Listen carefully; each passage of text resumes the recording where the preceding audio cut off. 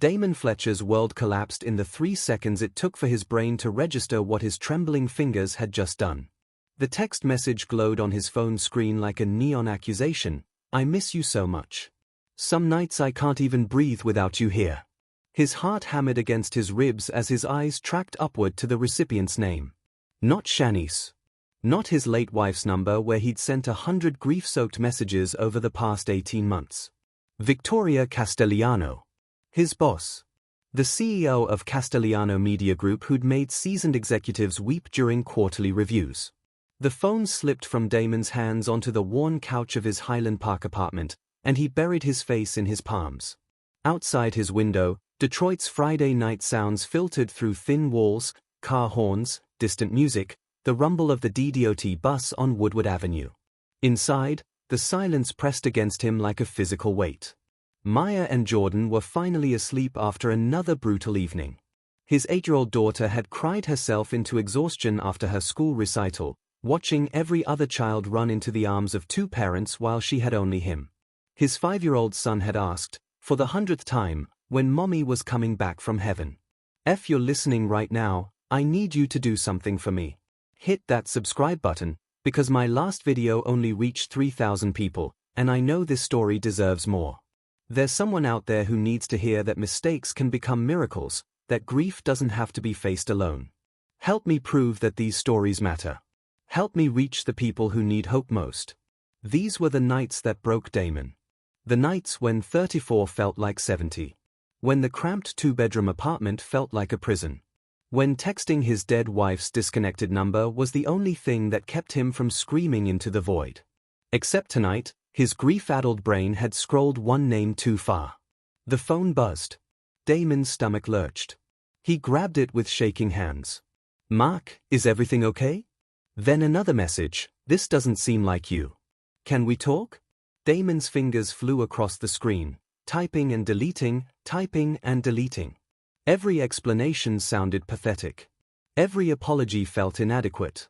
Finally, he settled on the truth, stripped bare. "I am so sorry, Ms. Castellano.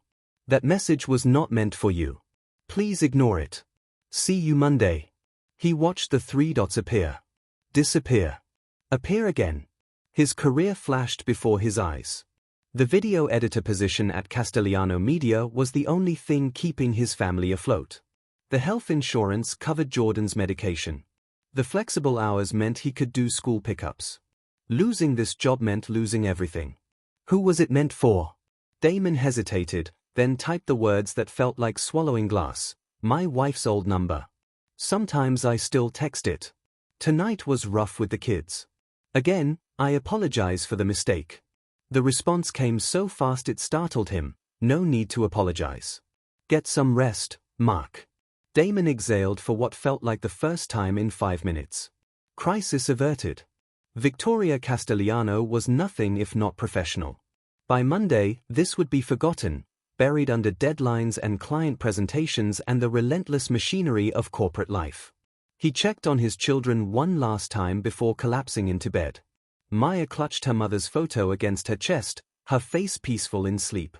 Jordan had kicked off his blankets again, his small body curled into the fetal position. Damon tucked him in, kissed both their foreheads, and stumbled to his own room where Shanice's side of the bed remained untouched, her pillow still carrying the faint ghost of her perfume.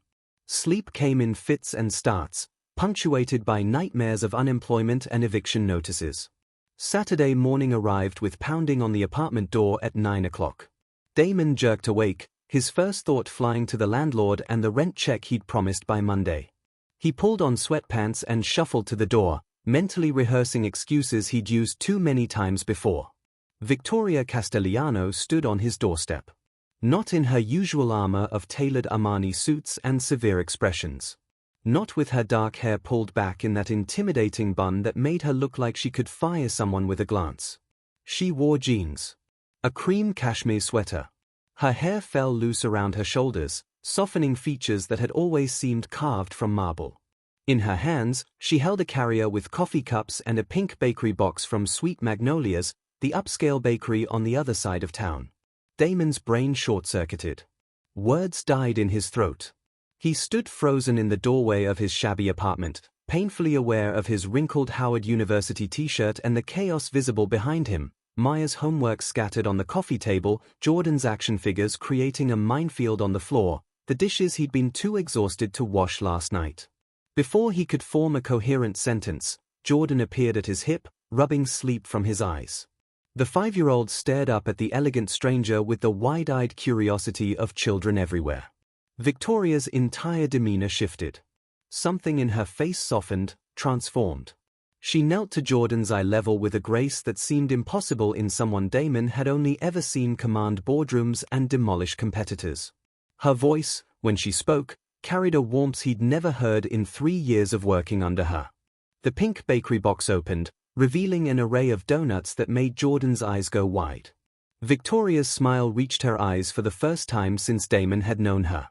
Maya appeared then, drawn by the scent of sugar and the sound of an unfamiliar voice. Within minutes, both children were chattering away, their earlier grief momentarily forgotten in the simple joy of chocolate frosting and sprinkles. Damon watched from the kitchen doorway, his world tilting on its axis. This couldn't be happening.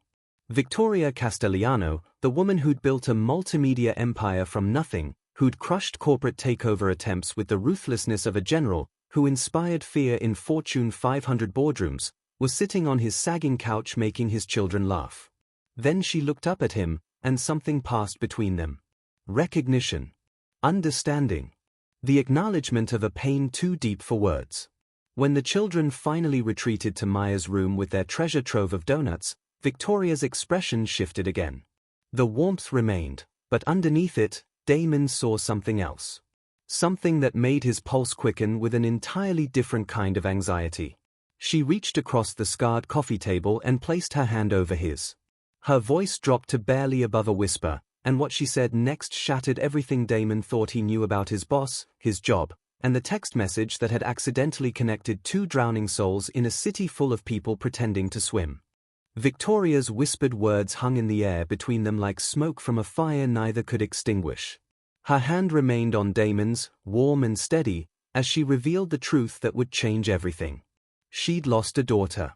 Elena. 7 years ago. Leukemia had stolen her the same way cancer had stolen Shanice, slowly, then all at once, leaving behind a hollow space that never quite filled. Victoria had never told anyone at the company. She'd built walls around her grief, brick by brick, until she'd become the ice queen everyone feared. Until showing emotion felt more dangerous than facing down hostile board members. But there was more. Her voice dropped even lower, forcing Damon to lean in close enough to catch the scent of her perfume, something expensive and subtle that didn't match the vulnerable woman sitting in his living room. Preston Whitmore wasn't just the efficiency consultant who'd arrived at Castellano Media 6 weeks ago with his shark smile and corporate restructuring plans. He was Victoria's ex-husband. And he hadn't come to streamline operations or boost quarterly profits. He'd come to destroy her. Damon's mind reeled.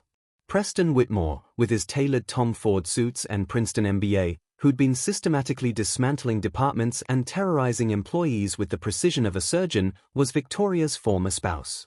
The man had been circling Damon's video editing team like a predator, noting every sick day, every flexible hour, every moment Damon had prioritized his children over corporate efficiency.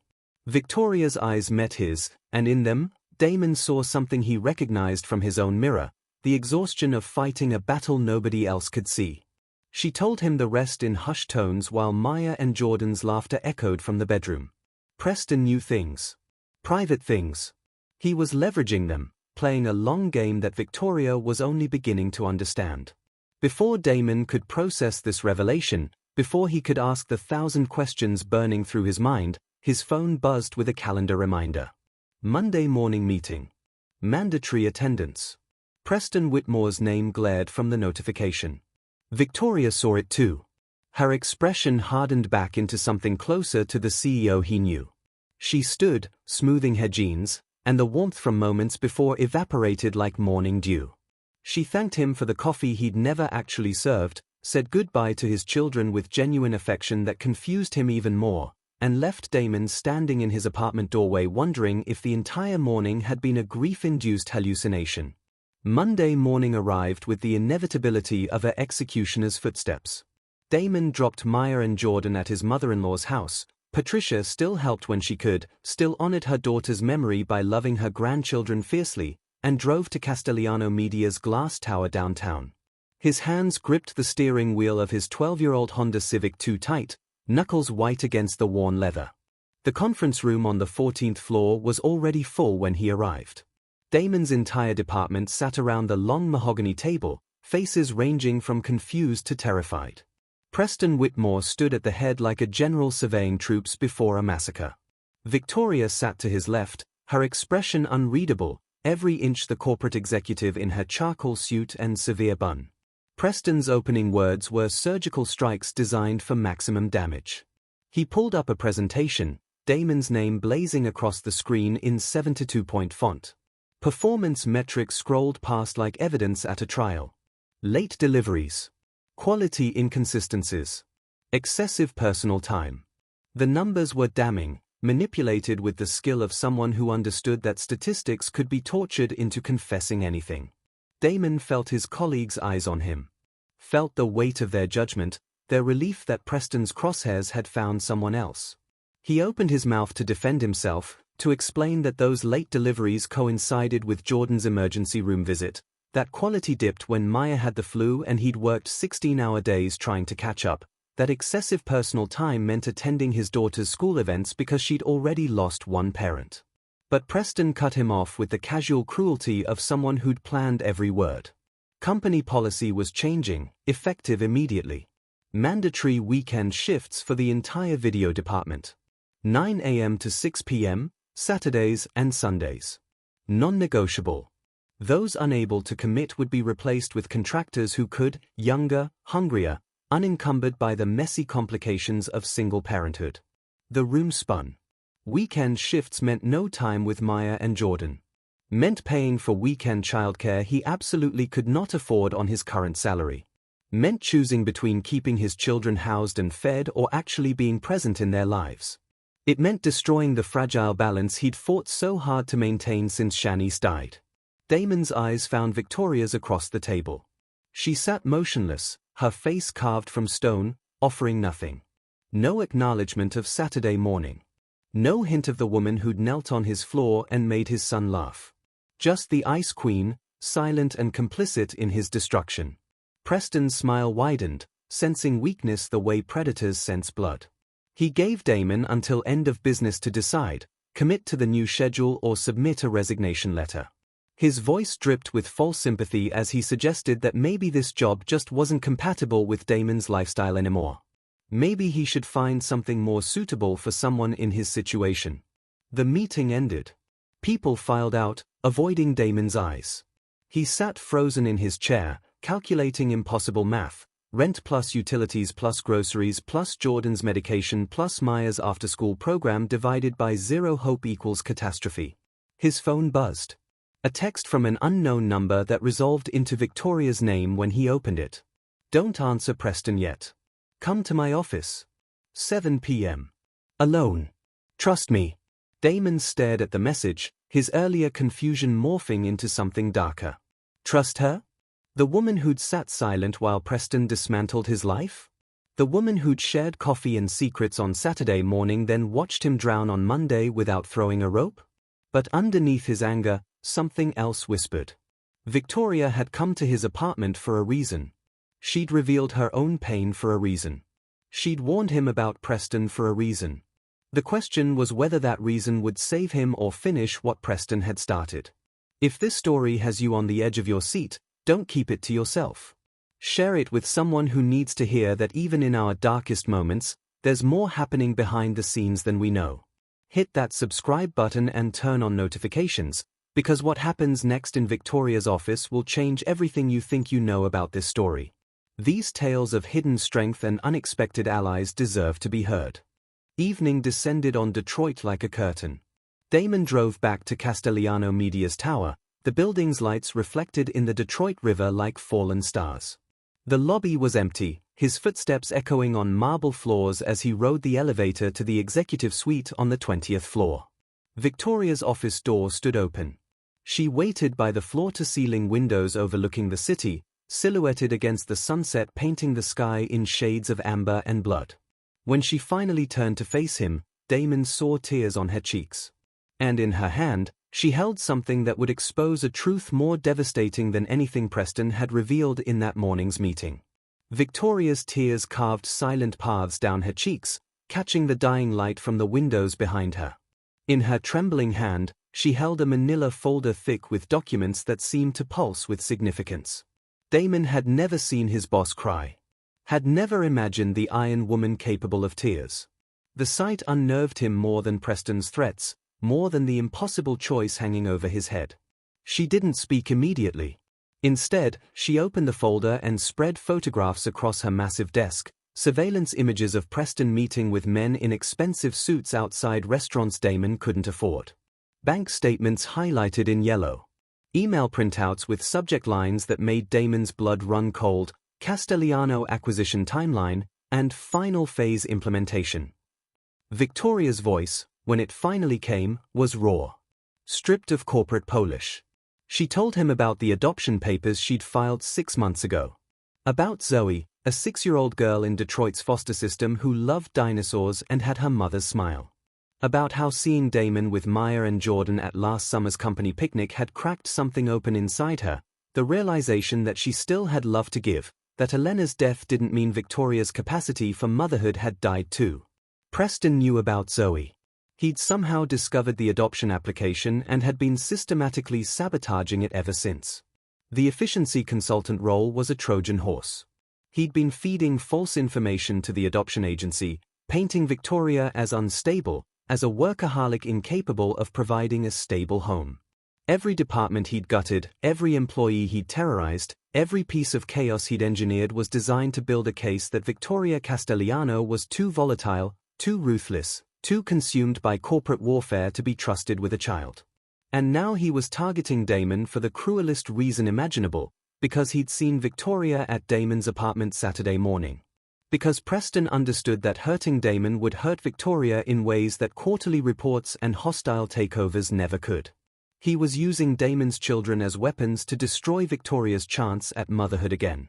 Damon sank into the leather chair across from her desk, his mind struggling to process the layers of manipulation.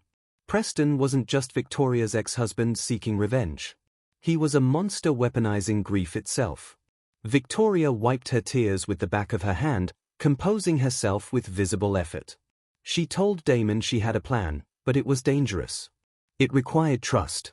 It required Damon to do something that went against every protective instinct screaming in his chest. Before she could explain further, Damon's phone erupted with notifications. Text messages from colleagues. A company-wide email just sent at 7:45 p.m. His hands shook as he opened it. Preston had moved up the timeline. The weekend shift policy wasn't starting next month. It was starting this coming Saturday.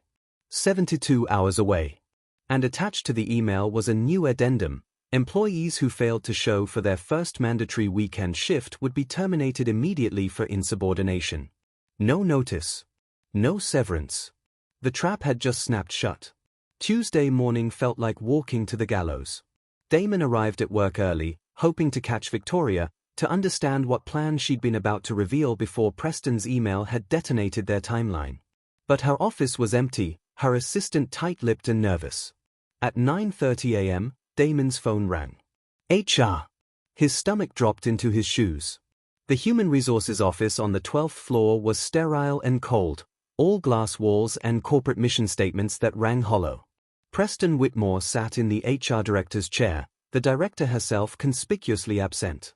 On the desk between them lay a termination letter, already drafted, already signed by executives whose names Damon recognized. The date was blank, waiting to be filled in like a death warrant. Preston's smile was pure venom concentrate. He slid the letter across the desk with one manicured finger, explaining in tones of false regret that Damon's performance had been under review for months. The weekend shift policy had simply accelerated an inevitable conclusion. Damon Fletcher was a liability. A drain on resources. An employee whose personal complications made him unsuitable for the fast-paced demands of modern media. The termination was effective immediately. Damon had until noon to clear his desk. Damon's vision tunneled. Noon. 3 hours. Maya's birthday was in 2 weeks. He'd promised her the art supplies she'd been begging for, promised they'd go to her favorite restaurant. Jordan's medication refill was due Friday, $80 his insurance covered, but now he'd lose his insurance. The rent was due in 6 days, $1,200 he didn't have and now would never get. Preston leaned back, steepling his fingers in a gesture of mock contemplation. He mentioned, almost casually, that he'd heard interesting things about Victoria's weekend visit to Damon's apartment. About how close they seemed to be getting. About how perhaps, if Damon wanted to avoid this unpleasantness, he might convince Victoria to make certain decisions. To step down quietly from her CEO position. To accept a generous buyout that Preston's investors had already prepared. Do that, and Preston could find Damon a position somewhere. Not at Castellano Media, of course. But maybe somewhere in the organization. Minimum wage. Part-time. Better than nothing for a single father with limited options. If you're still with me, I need you to understand something. Stories like Damon's, stories about people trapped between impossible choices, they're happening right now in cities across America. Hit that subscribe button not just for entertainment, but because these narratives expose truths about power, manipulation, and the courage it takes to stand up when everything is on the line. Share this with someone who needs to remember that villains don't always wear obvious masks. Turn on notifications, because what happens in the next 60 seconds will change everything. Damon stared at Preston across the desk, seeing with crystalline clarity the choice being forced upon him. Betray Victoria and maybe survive. Refuse and watch his children suffer for his principles. Either way, Preston won. Either way, Damon lost. His mouth opened to respond, to beg, to negotiate, to do whatever desperate thing fathers do when their children's welfare hangs in the balance. The door to the HR office burst open. A man in a dark suit and federal badge strode in, followed by 2 more agents wearing FBI windbreakers. Their expressions were carved from granite, their movements precise and practiced. The lead agent's voice cut through the room like a blade through silk. Preston Whitmore, you're under arrest for corporate espionage, securities fraud, and wire fraud. The color drained from Preston's face so fast Damon thought the man might faint. Preston's mouth worked soundlessly, his eyes darting between the agents and the door like a trapped animal seeking escape. One of the FBI agents moved behind him, producing handcuffs with the casual efficiency of someone who'd done this 1,000 times. Victoria appeared in the doorway. But this wasn't the crying woman from last night or the ice queen from Monday's meeting.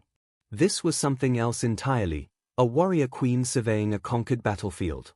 Her smile was sharp enough to cut glass, her eyes blazing with a triumph that made her terrifying and magnificent in equal measure.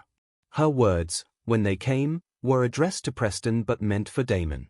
She told Preston that she'd known for 6 months about his corporate espionage. That she'd been working with federal investigators since the day he'd walked back into her life wearing his consultant disguise. That every illegal move he'd made, every piece of client data he'd stolen and sold to Castellano Media's competitors, every forged signature and falsified report had been documented, catalogued, and presented to a grand jury that had issued warrants just this morning. Then Victoria turned to Damon, and her expression softened into something that looked almost like an apology. She told him the truth he'd never suspected. That Damon Fletcher wasn't just a video editor who'd caught her sympathy. That his role in this company had been something else entirely from the very beginning. And what she revealed next would expose a secret about Damon's own past, a secret even he had tried to forget. Victoria's words cut through the chaos of Preston's arrest like a spotlight piercing darkness. She looked directly at Damon, her voice steady and clear, loud enough for the FBI agents to hear, loud enough for Preston to understand the full scope of his miscalculation. Damon Fletcher hadn't been just a video editor seeking flexible hours and good health insurance when he'd applied to Castellano Media 3 years ago. Before Shanice got sick, before his world narrowed to hospital rooms and treatment protocols and the desperate mathematics of medical bills, Damon had been something else entirely. Something he'd walked away from when his wife needed him more than the government did. He'd been a forensic accountant with the Internal Revenue Service, specializing in corporate fraud and financial crimes. For 6 years, he'd been the person who found the hidden money, who traced the shell corporations, who built airtight cases against executives who thought themselves untouchable. He'd testified before Congress twice. He'd helped recover over $200 million in fraudulent transactions. Then Shanice's diagnosis came, and the IRS's demanding schedule became impossible. The video editor position at Castellano Media had offered everything he needed: excellent health insurance that covered experimental treatments, flexible hours for hospital visits and chemotherapy appointments, and a salary that, while modest compared to his previous work, was stable and predictable. He'd taken it without hesitation, grateful for a job that let him be a husband first and an employee second. He'd never told anyone at Castellano Media about his previous career. It felt like another life, belonging to a different person who existed before cancer and widowhood and single parenthood had reshaped him into someone unrecognizable. But Victoria had known. She'd discovered it 3 weeks after Preston arrived, when she'd started noticing irregularities in financial reports that Preston had filed. Small discrepancies that most people would miss, but Victoria hadn't built a multimedia empire by overlooking details. She'd pulled Damon's background check from HR, seen the gap in his employment history, and made a phone call to a former IRS colleague who'd confirmed what the resume didn't say. Then she'd approached Damon with a proposition wrapped in secrecy.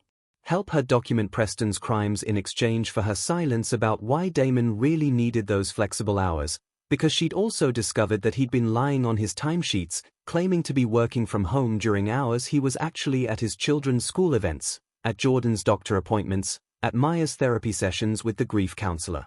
Violations that Preston would have weaponized instantly if he'd known. So Damon had agreed. For 3 months, he'd been living a double life. Video editor by day, forensic investigator by night, using skills he'd thought he'd abandoned forever. Every forged signature Preston produced, Damon photographed. Every falsified report, Damon copied. Every secret meeting with competitors where Preston sold Castellano Media's client data, Damon documented with timestamps and metadata that would hold up in federal court. The misdirected text message hadn't been the beginning of their connection. It had been the moment their carefully maintained professional distance had cracked, revealing the grief and loneliness they'd both been hiding behind their respective masks. Preston's face had gone from white to purple, veins standing out on his forehead as he finally understood how completely he'd been outmaneuvered. He'd thought he was the chess master, moving pieces across a board only he could see. He'd never realized he was the piece being moved, every action anticipated and countered by 2 people who'd turned their pain into purpose. The FBI agents led Preston toward the door, reading him his rights in monotone voices that had recited the same words countless times. He twisted in their grip, screaming about lawyers and wrongful arrest and defamation, his careful corporate facade shattering into something ugly and desperate. As they dragged him past Damon, Preston spat a final venomous prediction, that Damon would regret this, that making an enemy of Preston Whitmore meant making an enemy of powerful people, that this wasn't over. The lead FBI agent handed Victoria a folder before they left. The adoption agency had been notified that every complaint filed against her application had been fraudulent, manufactured as part of a criminal conspiracy. The investigation had cleared her of all concerns. Zoe's adoption could proceed immediately. Victoria's composure finally cracked.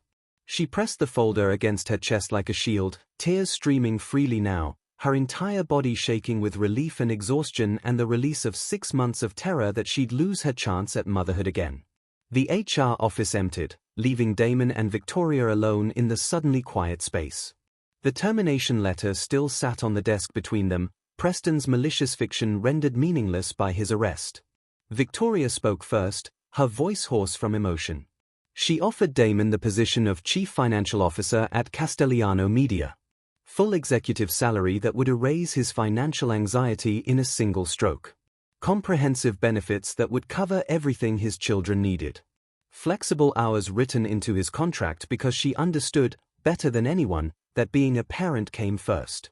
But that wasn't all she was offering. She told him about Zoe's finalized adoption date, 3 weeks away. About how terrified she was of bringing home a traumatized 6-year-old who'd lost her birth parents to addiction and violence.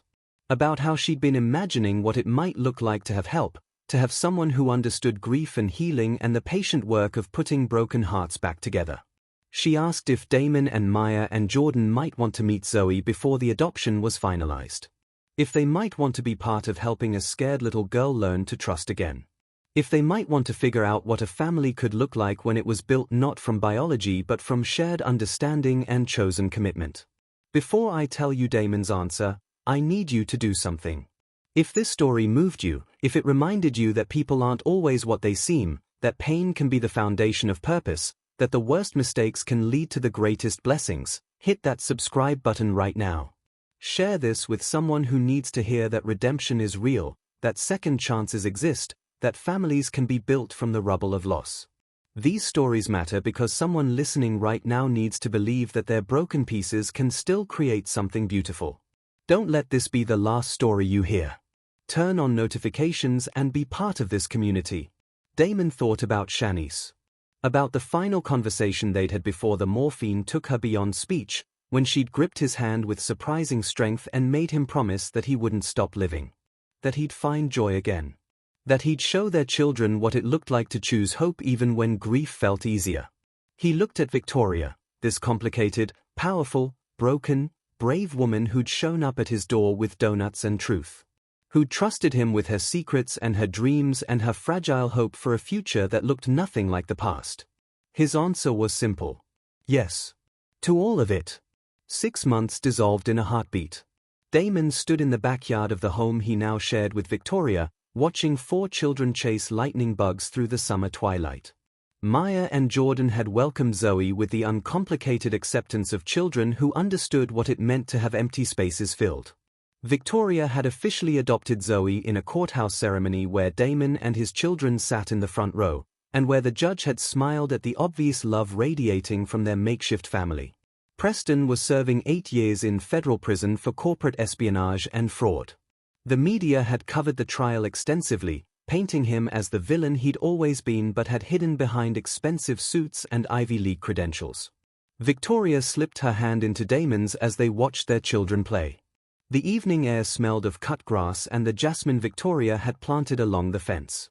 Somewhere in the distance, a train whistle echoed across Detroit, a sound that had once symbolized loneliness but now felt like home. She thanked him for sending that text message, her voice soft with wonder at how a single mistake had unraveled into this impossible blessing. Damon pulled her close, breathing in the scent of her hair, feeling the solid reality of her presence. He told her the truth he'd come to believe, that he hadn't texted the wrong person that night. He'd texted exactly the right person. The universe had just known better than he did what he needed. Because sometimes the greatest love stories don't begin with love at all. They begin with loneliness and mistakes and the courage to show up anyway.